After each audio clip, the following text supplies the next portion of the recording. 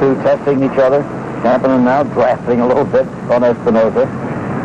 That doesn't help much. Well, I would love to know what Espinoza is thinking. You know, here's a guy, I've been second in this race 2 times. I've got this guy on my shoulder who I know I haven't seen before up here in the front or in the Olympics. What's he got? What's his speed like at the end of the race? But do I play it conservatively and just run my race, or I try and dust him? And where is Arturo?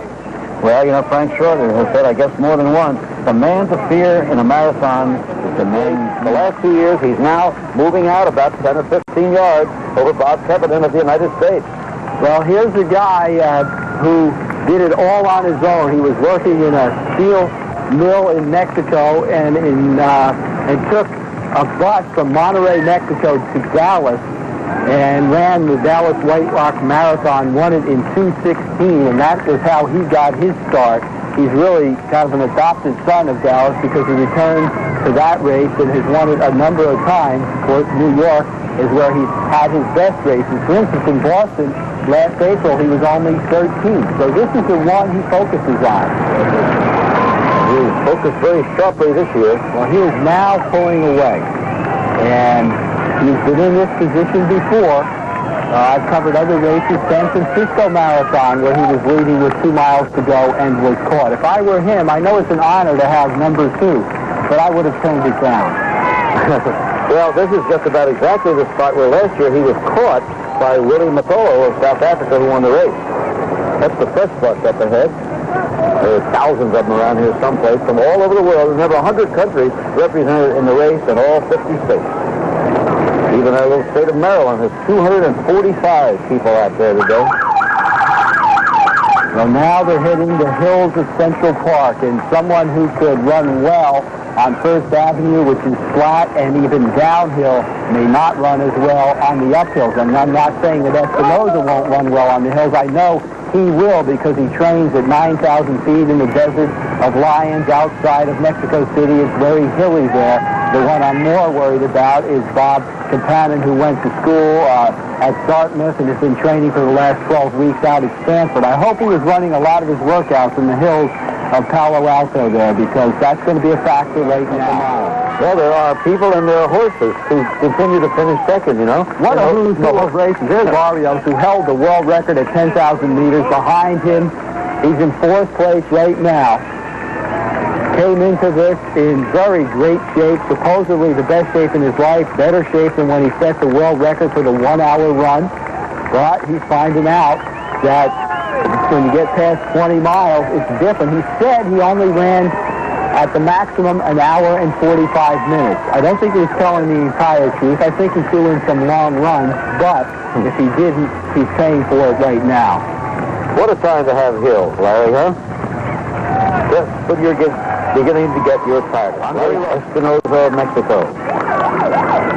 Well, that is pretty graphic. When you jump from 3rd and 4th place to 1st place, it does not look like he's going to have any problems, does it? Well, not from the contrasting pictures of the athletes. Yeah, one of the things he's not doing, and I noticed this 3-4 years ago in the San Francisco Marathon, when he is tired, one of his arms starts to flap out, and that's not happening today. There's Barrios passing Sandy Leon, moving up into 3rd place in the race. Boy, he looks awfully good. He looks strong. He's moving up, but he may have left it too late. It's kind of reminiscent of when Tim Jones lost to Wanda Pansel by 5 seconds. You know, what a shame she didn't start it just a little bit earlier. And we remind you that Uda Pippig is still leading easily in the women's division of the race. Tim Jones has dropped back. Mexico.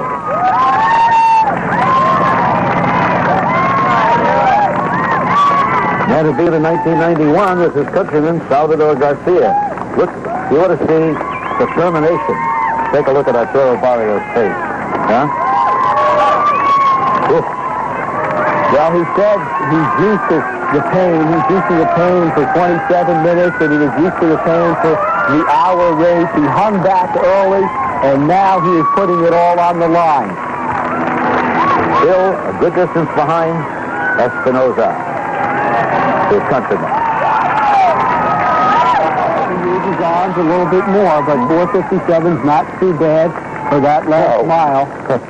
Behind him by about 55 seconds is Arturo Barrios, and he is closing, but he's running out of time. And in between the two of them, of course, is Bob Kempinen, and the main question is, will he hold on to second place? Second place would be the best American finish since Salazar won it 11 years ago. Down to Larry Rawson now. Jim, who better to possibly win this race today than Andres Espinoza? And the disappointment of taking second, 2 years running, certainly is being overwhelmed today by his piston-like movements out there. He looks terrific up in the lead. Bob Kempinen looks great, too. He's been handicapped a little bit in the last. It's the first year that happened, and there was a lot of debate about it. What should Americans be treated specially? Well, the theory is an American winning $10,000 or $20,000 a year in total prize money can't really stay in this sport. That's not enough to live on in this country. But for a Kenyan or a Mexican, if they win $10,000 and go back home, they can live for 10 years. So now the leader is on Central Park South. The Great Hotels on the left, Central Park on the right, and the cheers blowing. He's on his way to victory. Go to 6th Avenue, 7th Avenue, over to Columbus Circle, make the right turn into the...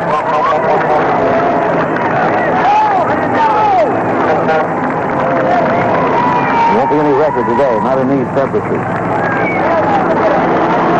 But for Espinoza, redemption. It's his consecutive second-place finish. Big spot at Columbus Circle. Well, there was no question that after 2 second-place finishes, he was really a man possessed about this race. In fact, this year, he wins or will win if he holds up new Mercedes, worth about $42,000. But earlier this year, he took his emblem off of his VW and replaced it with a Mercedes emblem. Okay, well, here he comes now, the father of 2, and his wife is also pregnant again right now. You spoke about his humble origins. Today, of course, he does much better. And in a few moments, he'll be much richer again. But he just moved into a new house about a year ago in a suburb called Querétaro, about an hour from Mexico City. And he and his family are doing just fine. And you can see how much of a cushion he has over second place. We said the battle was between Mexico and Kenya, and the Kenyans have disappeared. Mexicans running first and third at this point with an American in between.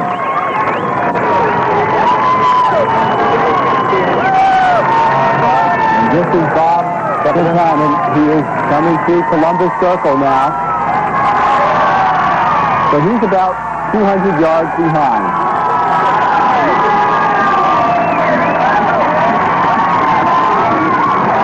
Well, this time is not bad for his weather conditions, is it, Marty? No, it's terrific. And really, if Espinoza picks it up just a little bit, he's going to have a personal best. His personal best here at New York, 2:10 even. He's going to get under that. So he got just about everything he wanted here.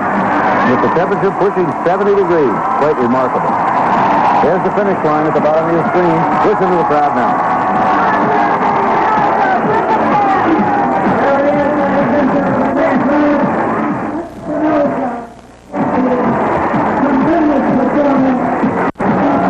Espinoza, victory, redemption, $20,000, and a Mercedes, a real one, not just the emblem.